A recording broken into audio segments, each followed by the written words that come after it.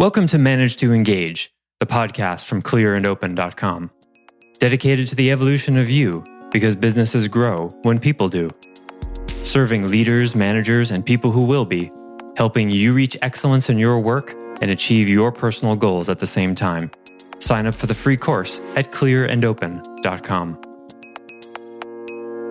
Part and parcel of that is there's a way in which you're getting out of the driver's seat and letting that value come through you.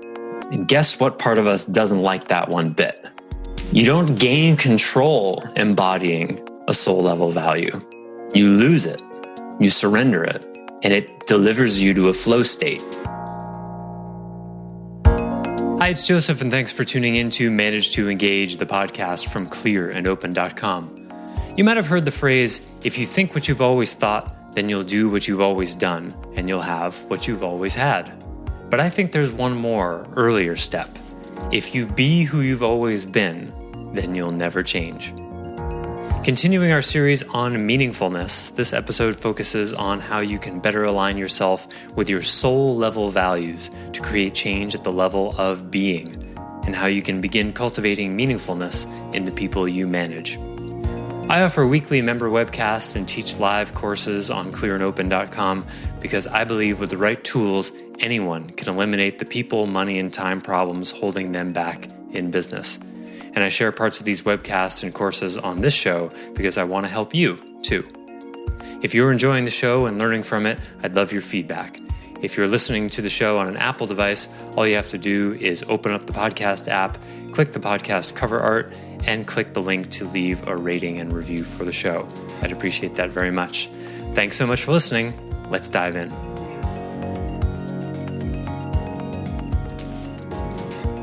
There's something about non-attachment that feels to me pretty important here, because I'm just imagining where I go off the rails with meaning, and it's usually when I'm attached to a certain way of coming about that meaning. Say more. You know what I mean? Just that, like becoming less attached to how it's going to happen, to the end result, and being much more present with the process is where that flow and meaning can come from. Whereas, thinking that I have to do it a certain way and then just, ending up beating my head against the wall because it's not working or frustrating on some level. I think I get what you mean. Let me try. So when you try a different way of being, right? So there's a normal way of being. Let's use the truth and love one, right? My normal way of being, let's say, for example, is when I see somebody's wrong, I go in for the kill and try to show them how stupid they are, right? That's like a normal default way of being when you're in an argument or something casually, at the cocktail party. And then, so you're at the cocktail party and you remember, okay, I'm not going to do that tonight. I'm going to invoke my value of love. And when I see those moments where there's a possibility for that kind of argument, I'm going to pivot and do something different. When you do that, you're not going to know what's going to happen.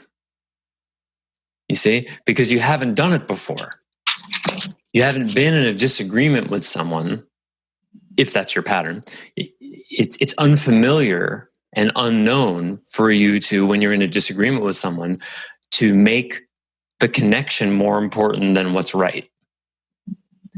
And because if you don't have a lot of experience with that, you don't know where that's going to go, and it creates the feeling of being out of control.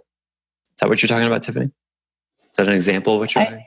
I think it is. I think that you're taking it in a different direction, but it's essentially the same thing where you are acknowledging your lack of control of the whole situation.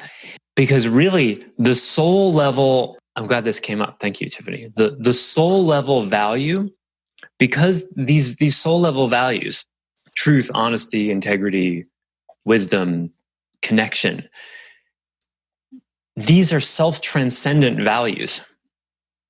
You see, they're not self-serving, not only. When you embody a soul level value, it helps you and it helps everyone around you. So part and parcel of that is there's a way in which you're getting out of the driver's seat and letting that value come through you. You see? And guess what part of us doesn't like that one bit? You don't gain control embodying a soul level value. You lose it, you surrender it, and it delivers you to a flow state.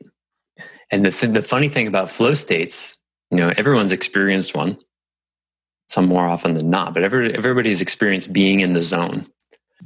And then it's over and they want more, right? Oh, I want to live that all the time. I want to have that. I want to control that. I want to be able to turn that on and off. Did you turn it on when it came to you the first time? You can't turn that on and off. It's not in your control. All you can do is set the conditions for it to show up, like love, because it's way bigger than you. You can't control it. You can just get out of the way of it. That's the best you can do. But the shadow in us doesn't like that one bit because it's not in our control. That's the movement from thrival to flow. Thrival is when you get really, really good at controlling and manifesting and planning and making things happen, and you see how empty it is because it has insufficient meaning. And then you start to learn where not doing or doing less or setting conditions for flow to come through it is actually more meaningful. So one takeaway I would like all of you to have, if it hasn't been obvious enough yet, is that when you have an employee working for you, for is always in quotes, that it's your job to cultivate the meaningfulness of their job for them by helping them see it's their responsibility. You see, it's not, in one way, it's not totally their responsibility because they have a manager and they work for you. But it's not your responsibility either. So it's you're like a meaningfulness coach. And one easy way to get at this is a question like, what part of your job do you like the least? And how do you bear it? What do you do with that? Let's talk about how maybe you could make it meaningful. That could be a 30-minute meeting that could change a life. You might start with, what's your favorite part of the job and why do you think you like it so much? That may give you some insight into what really drives them. It's like when we talk about in management, the importance of understanding what motivates your employees, right? This is common management talk. Well, you want to understand what motivates them. You want to understand like what makes them tick and other such stock language, right? What if what that's really about is asking the question, what are their soul level values? What drives them? If you can know what drives them on a deeper level than they know themselves, oh boy, can you be of help to them, right? Because then you can reframe.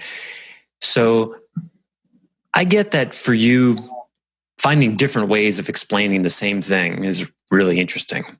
So when you're talking about the importance of, time management for the 1,782nd time, how could you connect that to one of your deepest values? When you're serving a client, setting nails, washing dishes, pressing pants, how are you living more the kind of life you want to live? How can you become more the person you want to be? How can you express your deepest values in those moments? So many different ways to talk about it. You just find your words and the words that connect to the person you're working with. So in summary, a meaningful workplace is not one with foosball tables, free food, a vending machine you don't have to put quarters in. It's not a company that has its values carved in wood up on the wall. It's just a company where the connection of the content of the work and the contextual based meaningfulness are actively and ongoingly talked about and engaged with. That's all. And you don't even have to come up with an answer. You could have an employee working in their job for 6 months who's struggling with what the meaning of their life is, what their deepest meaning is. And they're wrestling with that, trying to discover what that is. Cool. Then they're using their job, not yet to express their values necessarily, but to discover them. Well, that's meaningful. You see, and this would all, it's not complicated, right? This is all relatively simple stuff.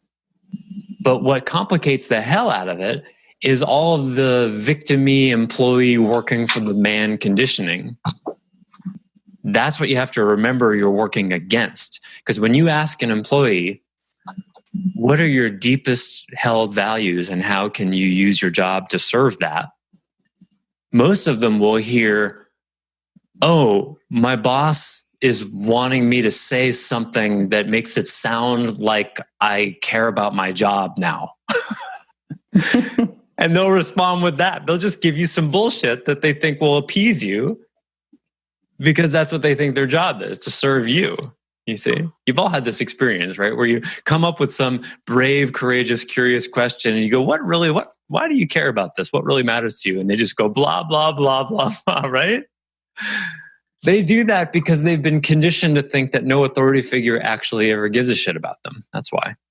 So it's going to take more than one pass for you to get through that conditioning. It can take months. You're going to have to prove that you actually care. To earn their trust. Yes, to earn their trust. And to paradoxically, to hold them accountable. To care so much that to care so much about them that you refuse to let them work, quote, for you. That's not okay. When I hired my assistant a few months ago, one of the questions I had all the applicants write out was, so this is a service position, right? You're going to be my assistant. I want to know exactly what you're going to be getting out of it. You see what my content is and you've seen my website and whatnot. What do you see you could get for yourself? And about 80% of the responses were just bullshit. And the one who had a compelling, self-interested, like, this I think is interesting and this is how this fits with my values. In other words, when you're hiring someone, what you're looking for, without going into necessarily a very deep conversation about it, though you could, but you may not have time, what you're looking for is a resonance between their deepest held values and yours / the company's. That's what you're looking for. And you will not discover that resonance or not if you have a superficial conversation. And that's where most mishires happen. When at the end of 20 or 30 minutes in an interview, you want to be able to know what are the most deeply held values of this person and how do they resonate or not with mine / the company's. Because the company's values are generally a subset of the owners. They're not necessarily all of them, but they'll include them. Thanks for listening to Manage to Engage, the Clear and Open podcast. Join us next week when you'll be a little bit closer to who you're destined to be.